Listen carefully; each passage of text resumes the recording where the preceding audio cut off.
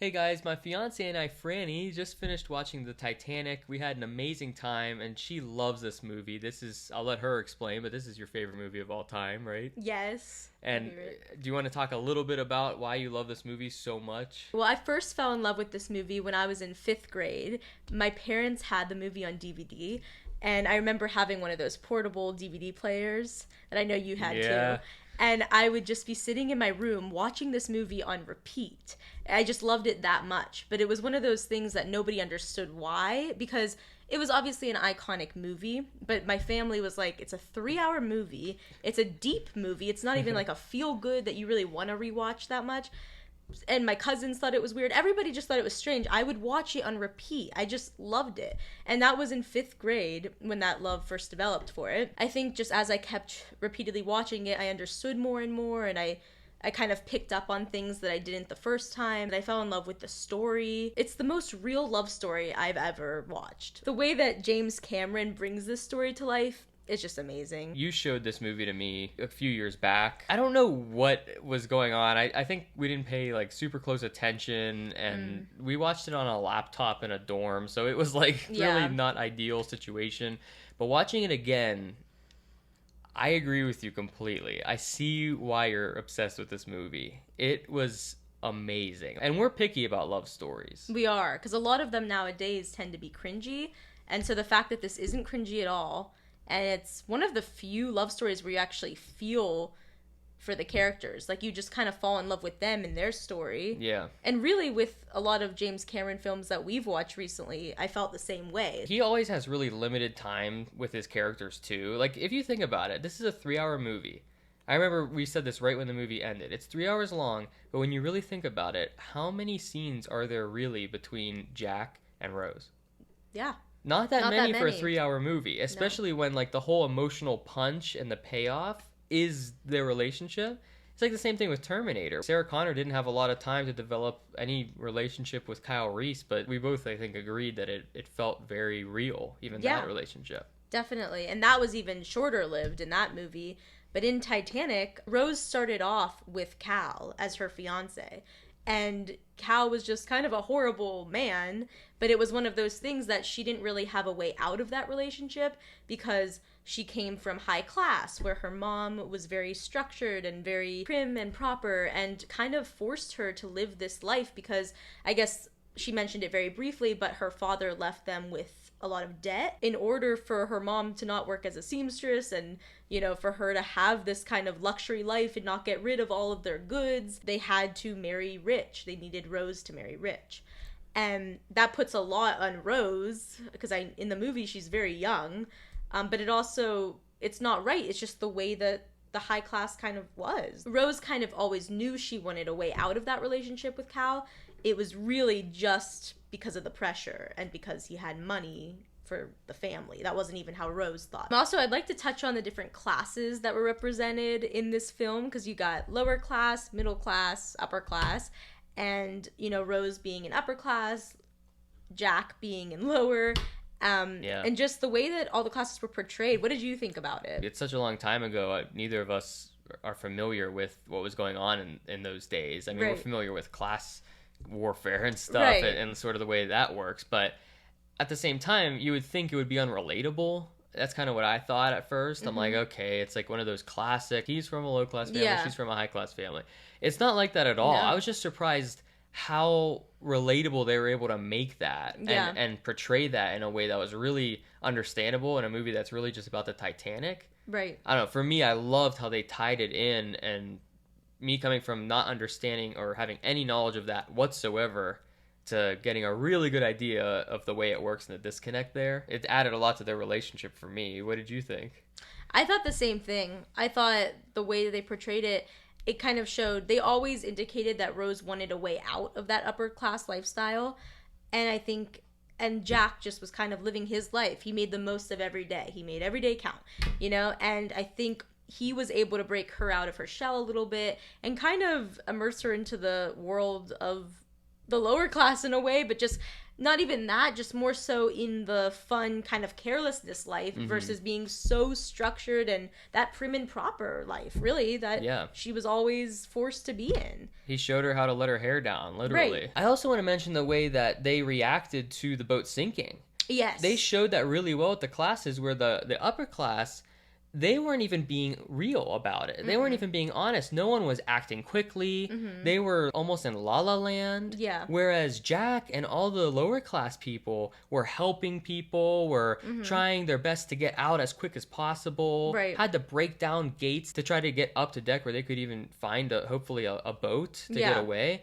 It was just really cool. I thought how they showed their reactions were so ridiculous on the upper class end. That's how out of reality they were. It's so true. And Cal, the awful ex-fiance, he saw a child crying and he just kind of looked at them in disgust and walked away. And then later he comes back to the child and you think, oh, is he like gonna help save this child? No, he's using the child to get onto a ship to save himself, because by saying he has a child, you know, it was all a scam. That's how the upper class was thinking in this film. Whereas, like you said, you have the other ones who are just helping everybody and who are just doing everything they can to survive and kind of think of out of the box ways to survive, because they didn't go on those ships to take them back.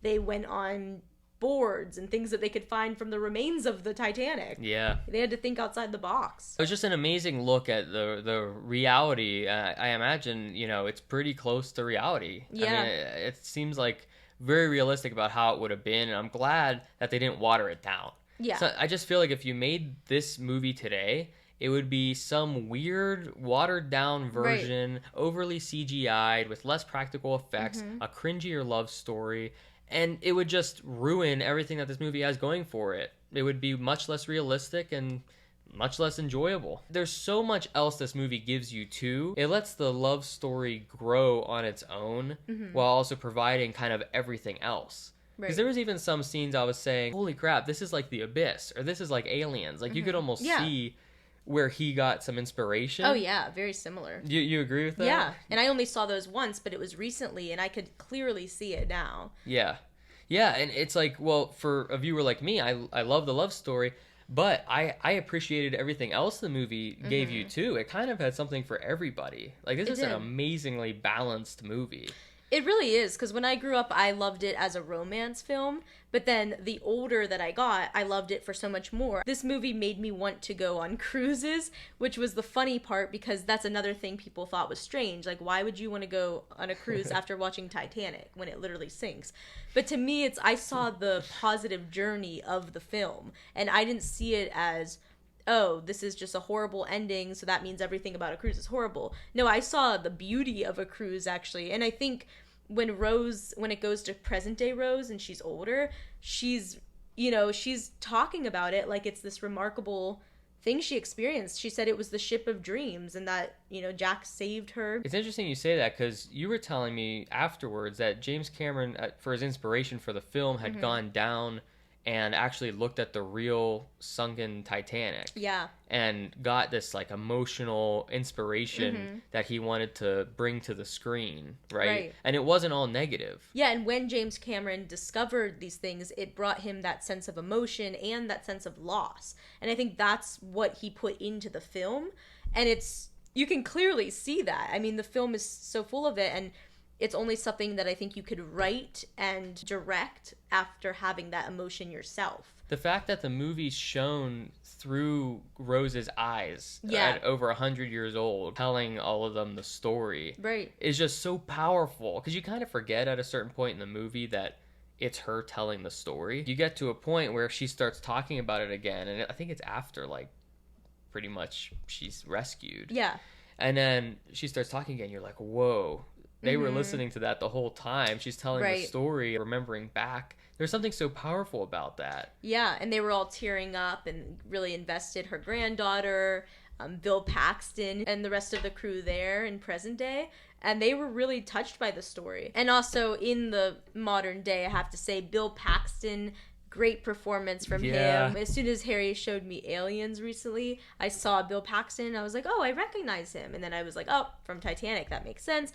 But I never really thought much about him. But now seeing this again, I got a greater understanding of who he is as a performer. He was so good. His commentary was hilarious and very him, authentically him. Kind of bringing light to a very sensitive topic by adding some jokes there.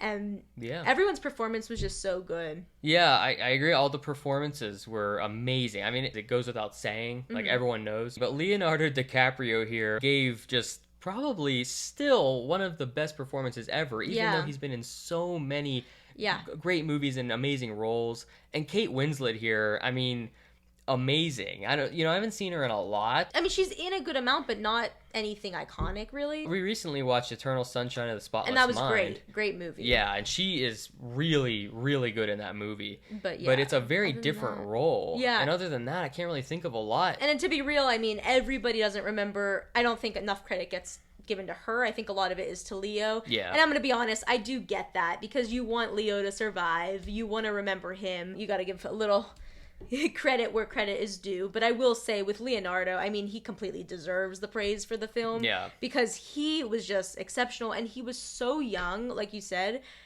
I think this must have been one of his first films. He was so little in it. It was kind of funny because, we see him he's in so many films, of course. At least a lot of the films that I've seen him in, he's older, a lot older. So this is very interesting that at such a young age, he could act so well, and arguably better than he has in current day, some of his movies, really. Yeah, no, I totally agree. I mean, he's done films like The Revenant or Tarantino films where it's much, I would say, harder roles.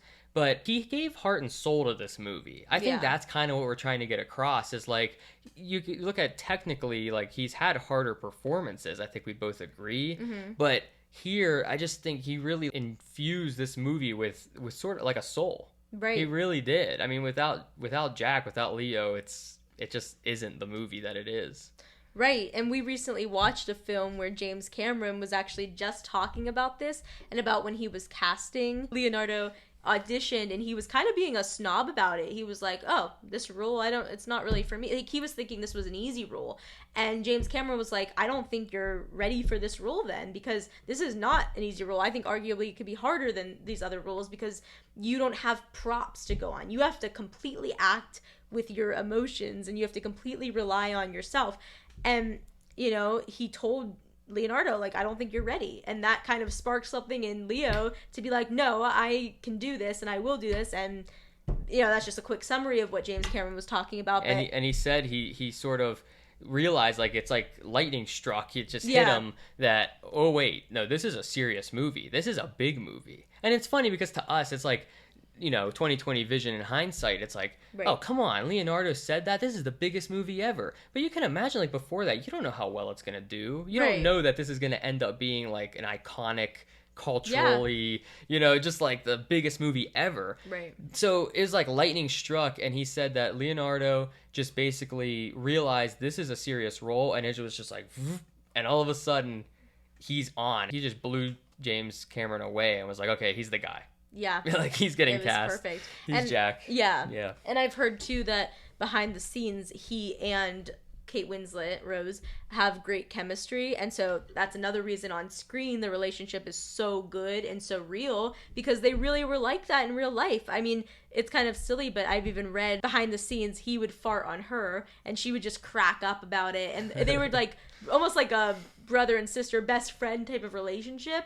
And it really shows just how authentic and how close they really were. It kind of makes other movies like The Notebook even feel kind of fake. I know. And then you hear that Ryan Gosling and Rachel McAdams don't really get along. And it almost makes sense. Mm-hmm. Kind of like in the new Spider-Man, we were like, oh, that's a relationship that's actually kind of cool. Like between Tom Holland and Zendaya, it felt really real. Right. And we didn't know that they were like a real couple then. And then we read that afterwards. It's like, oh, okay, that makes sense. Because the chemistry was too good to not be kind of real. So it makes sense here that like they'd actually be friends in real life, actually have a good relationship. It makes sense, and that's rare to find. Again, so many modern day films are just so cringeworthy with the relationships. Like, they are not like this. It's so hard to be authentic. I can only count on one hand the films that I've seen that really have an authentic love story. personally. Yeah, totally agree. I have to mention, as far as set pieces and the way that this visually looks, it is mind-blowing that they made this set, Yeah. that this existed. It's real. I mean, it doesn't get better than that. This is a spectacle. With a lot of the complaints with this film, I would just say this movie achieves perfect escapism and a perfect recreation of a time period. It does it in the best way possible. Very limited amount of CG, tons of practical effects, and just the most amazing set, I think, almost in any movie ever. Agree. We watched it on Blu-ray with a 4K upscale, and we can see very clearly, clearer than when it came out on DVD, and it just holds up perfectly. Really, everything about it. The water, I know that James Cameron loves water, Yeah. and this was the film to really love water for, because Titanic, a lot of scenes were set with water in the background or water in the shot, so it was just, everything was so beautifully done. Everything. All the details on the actual boat itself. The costumes, again, going back to the 1900s. Those costumes were so spot on with the time period. Yeah. And everything was just so authentic. The makeup, the hair. I mean, it was incredible. Little details. It was all there. And just imagine the scale. I mean, you have to not only dress your main characters and the people on screen, there were shots with hundreds, if not 1,000 people in frame at times. I can't even think of many movies where I've seen that many people in frame that aren't just extras in the background of a city or something. They put all these people on a ship, or at least on a set resembling a ship, and there were that many people. You have to dress them up. You have to make sure they look the part, even if they're kind of far away. I mean, it's just amazing. Like, when you think how many people were in this movie, I don't know any other movie where I've seen 1,000 people all actually actively part of the movie. Even if they don't have any lines, I mean, they're there. Right. There's movies that have spent more money or made more money. I know Avengers Endgame, Avatar. Right. But, I mean, we're talking about like a CGI fest, which, no knock on that. I'm just saying it hasn't been done that I can even think of. Can we just talk about the transitions? Because, first of all, kind of going with what you said, Rose to present day being old to back then being very young, it goes from her eyes back to her eyes in 1912. It's the same frame and just a different time period. And they transitioned to 1912 so well. They did modern day so well, and then transitioned. I felt like I was in the 1900s. I don't know what did you think? Yeah, I agree. It was like they did the transitions with the boat. Yeah. That was super cool. Even in that famous scene where Rose and Jack are at the front of the ship, and it's the sunset, and then it transitions away from them to modern day with the Titanic sunk. Or, like you said, that one shot where it's Rose's eyes and then it goes to her old, and it just kind of zooms out. That, I mean, it's masterful directing. Like, this movie is so well made. I guess we can talk a little bit about that. Is this movie overall, I think we both agree, is so well made.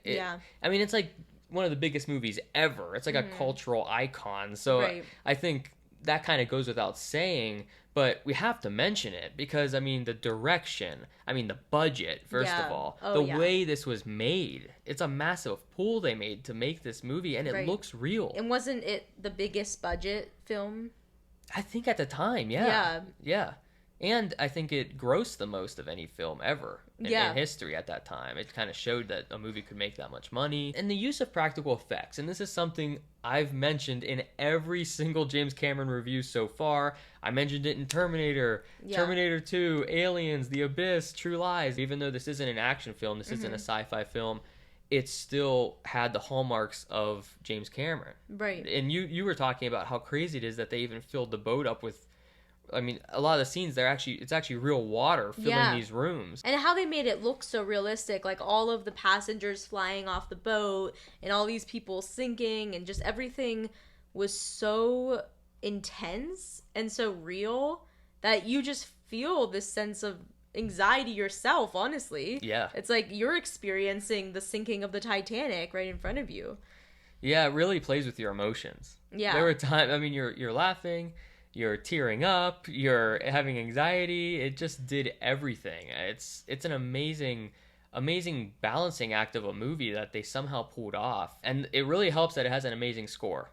Yes, that is amazing. Celine Dion's My Heart Will Go On, the instrumental version of that, played multiple times throughout the film, which is something I didn't really pick up on until this time around, watching it actually. I knew I heard it before in the film, but I think I just didn't remember how many times they played it. Like every time Jack and Rose were having this romantic scene, it was playing just the instrumental of that, which was so beautiful. And it's like a play. Yeah. How there's like a theme music or something. Right. Just like, and Exactly. it keeps kind of coming back in different moments. And that song just captures their love. It really does. Like, yeah. Love can touch us one time and last for a lifetime and never let go till you're gone. That's literally encompasses what the film is about, because even after he died, she held on for him, and eventually they reunite in heaven or whatever it's meant to believe at the end, but it's just beautiful. For me, that ending is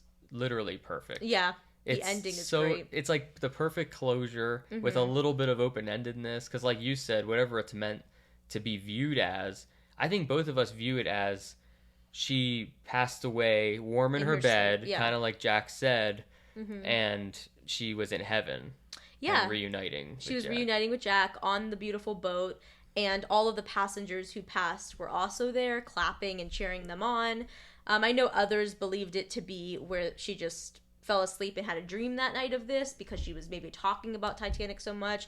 But for me, I choose to believe that they reunited, because I do think that kind of makes more sense, since Jack did say, you're going to die old in your bed. She was in her, 100 years old.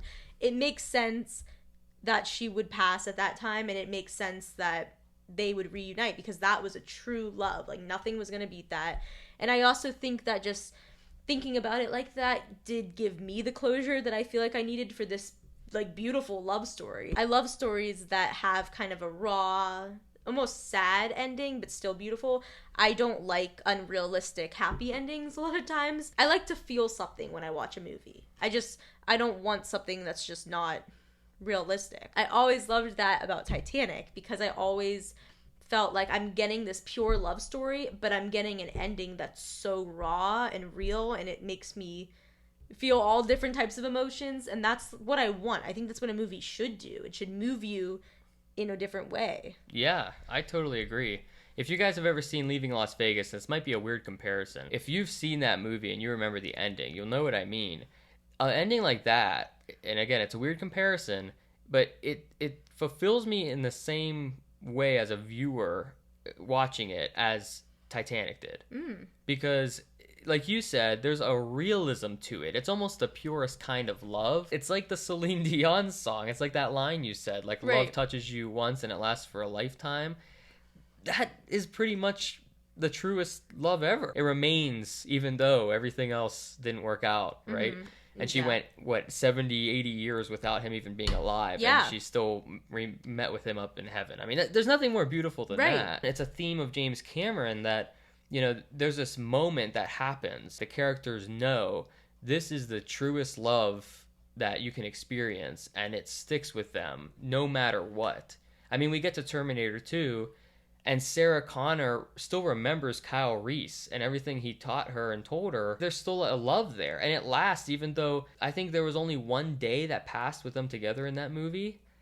I mean, that's really powerful. Yeah. And it's the same thing with Titanic. It's only a few days. Yeah, it's not much. It's crazy. As far as complaints, I don't really have many, but I know that a lot of people don't like the length of the film. And that could be said with any film. If you're not invested in the story, the length could be an issue. Or if it moves slow, it could be a good movie, but it's just slow moving. I don't feel that way personally. I know at the end we said no, 3 hours. We were completely entranced by it. Yeah. I always am, and I've watched this so many times. The people that I've talked to that don't like how long it is have told me that they just feel like the ending kind of dragged with the whole sinking sequence of events. And I could definitely understand that. It was a long time, the sinking process. But I would say that I think it needed to be. It's a huge ship. It's such an intense moment. It's a pivotal moment where tons of people are dying in all their different ways. You see how different people are reacting to this inevitable death for most.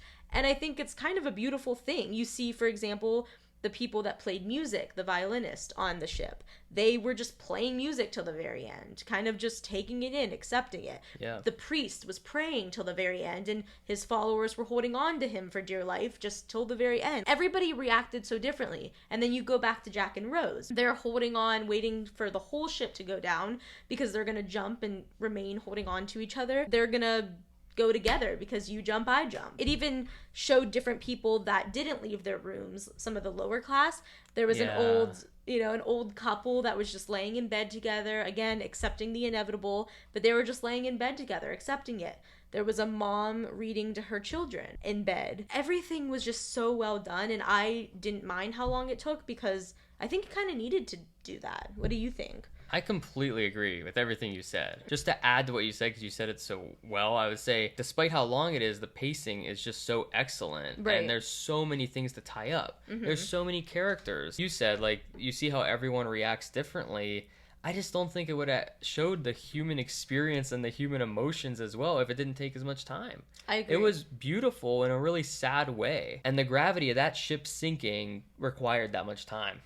If you sped it up at all, you would have missed something. Right. And it's rare that you feel that way in a movie, right? Where you feel like you don't want any detail lost. Right. The only other thing, too, is, again, this isn't necessarily a negative, but it's something that you mentioned that maybe could be an alternate ending. There was definitely a couple of those, because I know a big one is when Rose is alone on that door or whatever she was on, and people say, oh, yeah, Jack could have fit and they could have both, lived together and they would have been able to survive this. My only issue with that is I see why it's frustrating. Like, they could both fit, yes. But my thing is, something tells me, I wonder if his weight almost would make it uneven to the point, like, even though it seems like there was room for both of them, the weight distribution might have made it so they would have just kept falling over, if that makes sense. And when he tries to get on, it tips. Exactly. Like, that's what almost flips her over. Right. And I think that's what made me believe, like, okay, I think it's actually a weight distribution thing. So I think that could be proven wrong. Right. And then a lot of people say, too, it's so cold that he lost the strength to pull himself up. Yeah, your that's vitals true. Just, the blood rushes to your vitals, and strength in your arms or legs to get up, and neither would, Rose to pull him up. Right. Especially if it's already off balance. It's just, there's so many things like that. Another alternate ending that we were talking about is, this would have been really good that Harry thought of. It just would have been a cool ending if Rose was telling the story of Titanic in current day and also announcing that her daughter was someone that she had with Jack, and that was their baby. And then they had a granddaughter, and that's who you see on screen. That kind of would have been cool, just to see, like, oh wow, she had a baby with Jack. So even though, because there was a sex scene when they were on the Titanic, so it is very possible that could have been a thing. She returned and had a baby. It could have been possible. That would have been amazing, just so she can kind of carry on his legacy a little bit, especially because she makes the comment of, he exists now only in my memory. She doesn't have pictures. She's never spoken to anybody of Jack until this day. And it just makes me think, that beautiful love story, I know it exists in her memory, but it would be so cool if she had a kid that she could carry on with him. Because I know they did that in Terminator with Sarah Connor. Right, yeah, baby. John Connor. I almost saw it coming because, again, I saw this movie before multiple times, but really, like, for whatever reason, for the 3 hours this time, for the first time, really focused. When it came to that, I thought for sure that they were going to do that. Because I'm like, oh, this is like Terminator, and that's such a great way to, like you said, carry on his legacy. And then they didn't, so I was a little bit surprised, but that would have been such a cool alternate ending. It would have been. That would have just been such a cool ending. But I think other than that, and that's not even a real complaint, it's just like, that would have been cool. And obviously it would have been cool if he survived, but again, it's like, kind of like a raw ending anyway, and it was still beautiful, so I'm not gonna fixate on that too much. But I just think that it was honestly a flawless film. I love Titanic. I've always loved it. Every time I watch it, it gets better. Yeah, it's an iconic movie. I just am blown away by it, and it holds up perfectly today. So those are our thoughts on Titanic. We had a blast watching this, and appreciate getting to share our thoughts with you guys. I know we said a lot of things that have already been said, but we wanted to share, I think, our experience with it, because you just love it so much. I mean, we have the Heart of the Ocean. Yeah, there you go. We have a photo of Rose and Leonardo, and then we have the Blu-ray. It's just really important to you, I know. Yeah. And I'm growing to love it, and I love all James Cameron's filmography. I definitely want to have you on again for another movie at some point. This was awesome. It was so much fun. Sometimes it's hard to put all of my thoughts into words, but hopefully I did okay. No, you did. She led it. I don't know what to say about this movie in depth. I think you're much better at it, so thanks for leading it. I appreciate it. But anyway, thank you guys so much for watching. Look forward to my review for Avatar coming up next week, and that'll end my reviews of all James Cameron's filmography until the release of Avatar 2, The Way of Water, I'm very excited to talk about that movie. It's my most anticipated movie of the year, so I'm so happy that we're almost to the end of this to do that. I've had a blast getting to share my opinions and thoughts on all of James Cameron's filmography. I really appreciate the growth on this channel. I can't thank you enough. Anyway, thanks for watching. See ya.